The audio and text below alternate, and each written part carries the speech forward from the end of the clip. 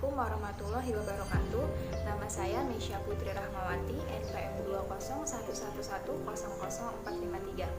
Video ini untuk memenuhi tugas mata kuliah konsep dasar IPS yang diampu oleh Bapak dosen Baharudin MPD. Di sini saya akan menjelaskan tentang materi pertama sampai dengan materi terakhir. Yang pertama, pengertian IPS. IPS merupakan terjemahan dari studi sosial yang mulai diterapkan dalam dunia pendidikan dasar dan menengah di Amerika Serikat sejak tahun 1915 setelah Perang Dunia Pertama. Para ahli pendidikan di Amerika Serikat pada waktu itu berkesimpulan bahwa pengajaran ilmu-ilmu sosial yang diajarkan secara sendiri-sendiri dalam bentuk disiplin ilmu seperti sejarah, geografi, ekonomi, dan lain-lain. Dengan demikian, diintroduksikannya social studies yang diharapkan dapat mengatasi kekurangan. Perkembangan konsep dasar IPS di Indonesia ini sangat sulit karena belum adanya lembaga profesional di bidang pendidikan IPS seperti halnya di Amerika Serikat. Sulit dan banyak menentukan kendala lebih bergantung pada pemikiran individual yang bersifat individualistik ataupun kelompok. Yang selanjutnya, tujuan social studies di sekolah.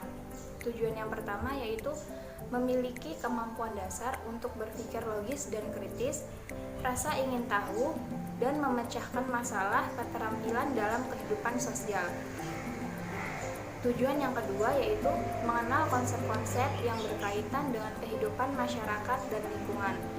Yang ketiga, memiliki kemampuan berkomunikasi dengan orang lain, bekerja sama, dan berkompetensi dalam masyarakat yang menjemuk di tingkat lokal, nasional, dan tingkat global. Selanjutnya yaitu ruang lingkup social studies. Menurut Taneo dijelaskan bahwa yang menjadi ruang lingkup IPS adalah manusia sebagai anggota atau masyarakat dalam konteks sosial. Oleh karenanya, pembelajaran IPS tidak hanya menekankan pada aspek pengetahuan saja, melainkan juga pembinaan peserta didik untuk mengembangkan dan menerapkan nilai-nilai pengetahuan masyarakat. Selanjutnya, hakikat pendidikan IPS. Hakikat pendidikan IPS adalah kajian tentang manusia dan lingkungannya, di mana kehidupan manusia merupakan suatu dinamika yang tidak pernah berhenti dan selalu aktif. Dinamika yang menggabungkan dua manusia dengan sesamanya dan dengan lingkungannya sebagai ungkapan bahwa manusia sebagai makhluk yang berakal budi dan juga sebagai makhluk sosial. Pada dasarnya, hakikat manusia itulah yang membedakan manusia dengan makhluk lainnya. Hubungan IPS dengan ilmu-ilmu sosial yang saling berkaitan. Kedua berhubungannya dengan kebutuhan manusia, kemudian kebutuhan dasar tersebut dapat dicapai dengan kegiatan dasar manusia. Keseluruhannya membentuk ilmu-ilmu sosial. Dalam ilmu-ilmu sosial terurai disiplin ilmu yang meliputi antropologi, ekonomi, geografis dan sejarah, ilmu politik, psikologi, dan sosial hukum. Selanjutnya yaitu fakta pengetahuan dalam materi IPS. Fakta sosial adalah cara bertindak, berpikir, dan berperasaan yang berada di luar individu dan mempunyai kekuatan memaksa dan mengendalikan individu tersebut. Fakta merupakan langkah awal untuk membuat suatu konsep. Dari beberapa konsep yang saling berkaitan, kita dapat membentuk suatu generalisasi. Fakta, konsep, dan generalisasi merupakan bahan kajian dalam IPS. Selanjutnya, generalisasi dalam materi IPS. Pengertian generalisasi dalam sejarah merupakan contradiction inter minus karena sifatnya yang unik yang menunjukkan bahwa peristiwa sejarah itu tidak terulang lagi. Namun di dalam sejarah ada juga kemungkinan perulangan, dalam artian bahwa yang berulang itu adalah hal-hal yang berkaitan dengan pola perilaku manusia yang berorientasi nilai, sistem sosial, kebutuhan ekonomi yang cenderung psikologis. Selanjutnya ada pengertian sosiologi.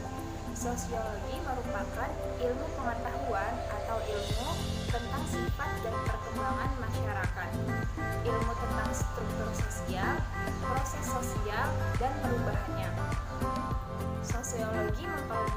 perilaku sosial atau stratifikasi gerakan sosial dan perubahan sosial serta gangguan sosial dalam bentuk kejahatan, penyimpangan, dan revolusi.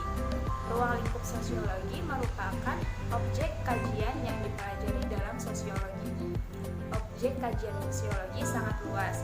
Beberapa aspek masyarakat yang masuk dalam ruang lingkup sosial meliputi interaksi antara individu, individu dengan kelompok, kelompok dengan individu, kelompok dengan kelompok, dan karakteristik sosial yang beragam.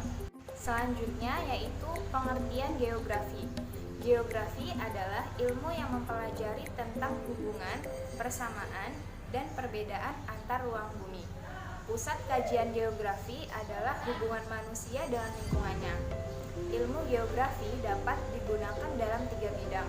Yang pertama subjektivisme, yang kedua objektivisme, yang ketiga logis serta nilai etika dan estetika. Subjektivisme berhubungan dengan kegunaan geografi bagi manusia.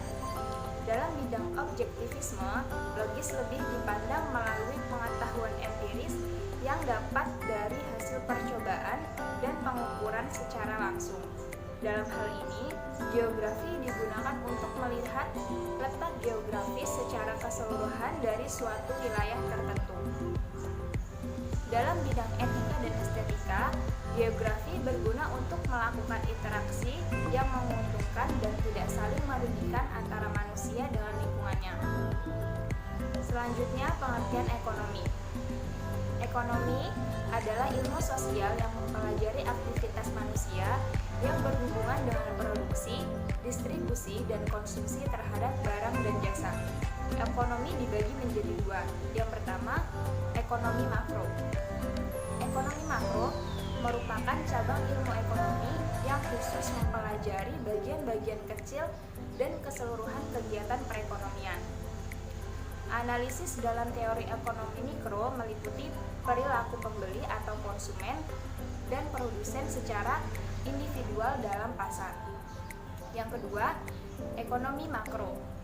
Ekonomi makro merupakan cabang ilmu ekonomi yang khusus mempelajari mekanisme bekerjanya perekonomian sebagai suatu keseluruhan, berkaitan dengan penggunaan faktor produksi yang tersedia secara efisien agar kemakmuran masyarakat dapat termaksimumkan. Yang selanjutnya ada pengertian antropologi. Antropologi adalah suatu studi ilmu yang mempelajari tentang manusia, baik dari segi budaya perilaku, keanekaragaman, dan lain sebagainya. Objek antropologi adalah manusia di dalam masyarakat suku bangsa, kebudayaan, dan perilakunya. Ilmu pengetahuan antropologi memiliki tujuan untuk mempelajari manusia dalam masyarakat suku bangsa untuk membangun masyarakat itu sendiri. Salah satu karakteristik yang paling banyak mendapatkan perhatian dalam antropologi adalah hubungan antara kebudayaan dan ciri-ciri biologis manusia. Adapun ruang lingkup antropologi yaitu yang pertama, antropologi fisik. Antropologi fisik ini mempelajari fisik manusia sebagai organisme biologis yang melacak perkembangan manusia menurut evolusinya dan menyelidiki variasi biologisnya dalam berbagai jenis atau spesies. Ruang lingkup yang kedua yaitu antropologi budaya. Antropologi budaya ini memfokuskan kepada kebudayaan manusia ataupun cara hidupnya dalam bermasyarakat. Yang terakhir yaitu pengertian psikologi. Psikologi kepribadian adalah salah satu cabang ilmu dari psikologi. Teori ilmu psikologi kepribadian terkhusus untuk mempelajari kepribadian suatu individu dengan menggunakan berbagai cara dan berbagai jenis pendekatan. Di sisi lain, psikologi kepribadian merupakan sebuah disiplin ilmu yang mempelajari semua hal tentang kepribadian manusia melalui sikap, sifat, dan tingkah laku sehari-hari yang menjadi ciri khas seorang tersebut. Adapun ruang lingkup psikologi yang pertama yaitu karakteristik manusia. Ruang lingkup ini adalah karakteristik manusia. Maksudnya adalah Psikologi ini mengungkapkan karakteristik manusia dengan cara melakukan pencatatan mengenai karakter manusia serta mencari tahu tentang hubungan antar karakter satu dengan yang lainnya. Yang kedua yaitu penentu kepribadian. Ruang lingkup ini untuk mencari tahu lebih lanjut mengenai penentu kepribadian manusia. Kepribadian ini tentunya sangat bergantung pada kondisi lingkungan yang ada di sekitar mereka.